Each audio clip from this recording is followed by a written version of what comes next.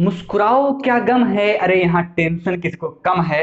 अच्छा और बुरा तो एक भरम है, जिंदगी का नाम ही तो खुशी और गम है। नमस्कार, मैं इरशाद आप सभी का स्वागत करता हूँ आपके इस जीकेपी, आपके इस यूपीएससी लवर जीकेपी चैनल पर दोस्तों। और आज हम अपने कोटेशन प्रूफ सीरीज में एक बहुत ही इंपॉर्टेंट कोटेशन को प्रूव करने जा रहे हैं जो कि आपके एग्जाम से रिलेटेड है। तो पॉलिटिकल साइंस के स्टूडेंटों, आप सभी से निवेदन है इसको अच्छे से देखो क्योंकि काम आने वाली बात है ये।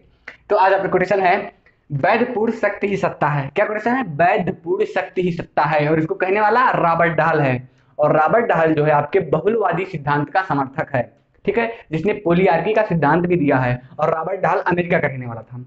अब कोटेशन पे आते हैं। कोटेशन है, वैधपूर्ण शक्ति ही सत्ता है। तो भाई ये समझो कि ये कहना क्या चाहता है, ठीक है।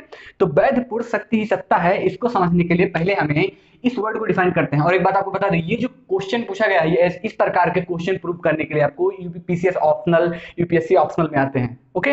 और I am also trying to develop my self to prove the lines, okay.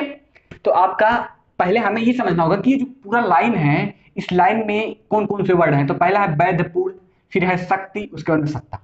तो पहले हम बात जाने कि शक्ति क्या होता है। तो शक्ति क्या है? किसी भी व्यक्ति की इच्छा के विरुद्ध जाके कार्य करा लेना ही शक्ति है। जैसे अभी मैं यहां पर खड़ा हूं, उधर से कोई दौड़ता हुआ आया और मुझे पुश किया और मैं गिर गया। तो क्या मैं गिरना चाहता था? नहीं, मैं गिरना नहीं चाहता था, लेकिन उसने इतनी तेजी से बल किया, बल लगाया कि मैं गिर गया। तो उसने मेरी इच्छा के विरुद्ध जो है हमसे एक्शन करवा लिया। तो मतलब उस समय के लिए वो पावरफुल था। Same situation. और इसको प्रैक्टिकल एग्जांपल दीजिए। तो जैसे अभी इंडिया ने चाइना के कई ऐप को बैन किया था, तो क्या चाइना चाहता था कि उसके ऐप को बैन किया जाए? नहीं, वो नहीं चाहता था, लेकिन इंडिया ने चाइना की इच्छा के विरुद्ध जाकर एक्शन लिया और ऐसा काम किया कि उसको प्रतिबंधित किया। तो ये क्या हुआ? शक्ति का प्रदर्शन हुआ, ठीक है। अब बात आता है इंडिविजुअल लेवल पर। तो शक्ति के स्रोत क्या क्या है? शक्ति के स्रोत जो है तीन है। पहला क्या आपका नॉलेज है, संगठन है, और उसके बाद में सत्ता है। तो सत्ता में अपने आप आएंगे, तो पावरफुल में रहेंगे तभी सत्ता में आएंगे। तो पहले हम ये समझते हैं कि आपका नॉलेज और ऑर्गेनाइजेशन, इन दोनों दो स्रोतों को। तो आपका जो नॉलेज होता है वो भी आपका शक्ति का एक कार्ड होता है। जैसे अगर जो मेरे पास नॉलेज है कि मैं किसी चीज को अच्छे से समझा ले रहा हूं, तो वो मेरा खुद का पावर है जो अन्य लोगों के साइकोलॉजी को प्रभावित कर सकता है, मनोविज्ञान को प्रभावित कर सकता है, ठीक है। और दूसरा आपका संगठन होता है। संगठन में अपने आप में शक्ति होती है, लेकिन क्या ये जो नॉलेज है और संगठन है ये सत्ता में चले जाएंगे ऐसे ही? नहीं, इसका एक प्रोसेस होता है। तो आपने शक्ति को समझा, किसी भी व्यक्ति की इच्छा के विरुद्ध जाके कार्य करा लेना है शक्ति। और शक्ति के तीन स्रोत हैं, क्या क्या? नॉलेज, ऑर्गेनाइजेशन और अथॉरिटी, सत्ता, तीन चीज। अब आते हैं वैधपूर्णता या लिजिटिमेसी। तो लिजिटिमेसी का अर्थ क्या होता है? तो लिजिटिमेसी का अर्थ दोस्तों होता है एक्सेप्टेंस। एक्सेप्टेंस मतलब स्वीकृति। तो आपका क्वेश्चन उठना चाहिए, भाई कौन स्वीकार करेगा, कौन स्वीकृति देगा?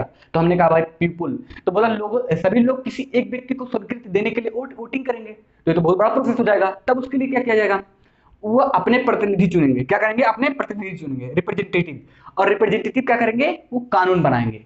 और उस कानून को जो क्रॉस करेगा वो वैधता प्राप्त कर लेगा। जैसे अब मान लीजिए कि आपके पास ज्ञान है, बहुत अच्छा, बहुत अच्छे ज्ञान है, और आप चाहते हैं एक आईएएस बने। और आईएएस बनने के लिए आपको प्रीलिम्स, मेंस, इंटरव्यू, ये तीनों दिया जाएगा। और इस सब का उल्लेख कौन किया है? पार्लियामेंट के जो सदस्य हैं, ऐसा कानून बनाकर यूनियन पब्लिक सर्विस कमीशन नामक, यानी कि यूपीएससी नामक एक आयोग का गठन किया है। तो वो आयोग जो है वो संवैधानिक संगठन है, और उसको कानून कौन बनाया है? संसद ने बनाकर उसको अप्रूव किया है। यानी अब आप नॉलेज को परफॉर्म करेंगे तीन लेवल पर, प्रीलिम्स, मेंस और इंटरव्यू। इस पे परफॉर्म करने के बाद आपको इस कानून से वैधता मिलेगी। और कानून से जब वैधता मिलेगी तो आप एक ब्यूरोक्रेट हो जाएगा। ब्यूरोक्रेट बने मतलब आप सत्ता में आ गए, ओके। अब एक सिंपल सिचुएशन समझिए संगठन का।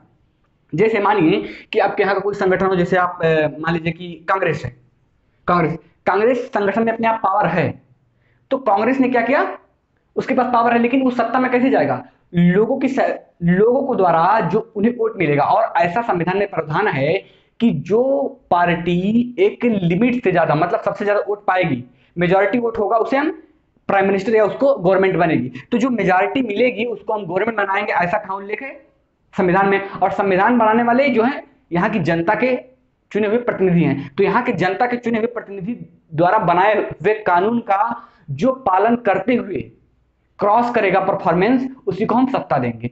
तो ये रहा क्या हुआ? आपका वैधपूर्ण शक्ति ही सत्ता है, ठीक है, वैध पूर्ण शक्ति ही सत्ता है। तो आप यहाँ पर सिंपल सी बात समझ में आ गया होगा कि कोई भी शक्तिशाली संगठन सत्ता में नहीं हो सकता है, लेकिन हाँ, हर कोई सत्ता में जो संगठन है वो शक्तिशाली हो सकता है।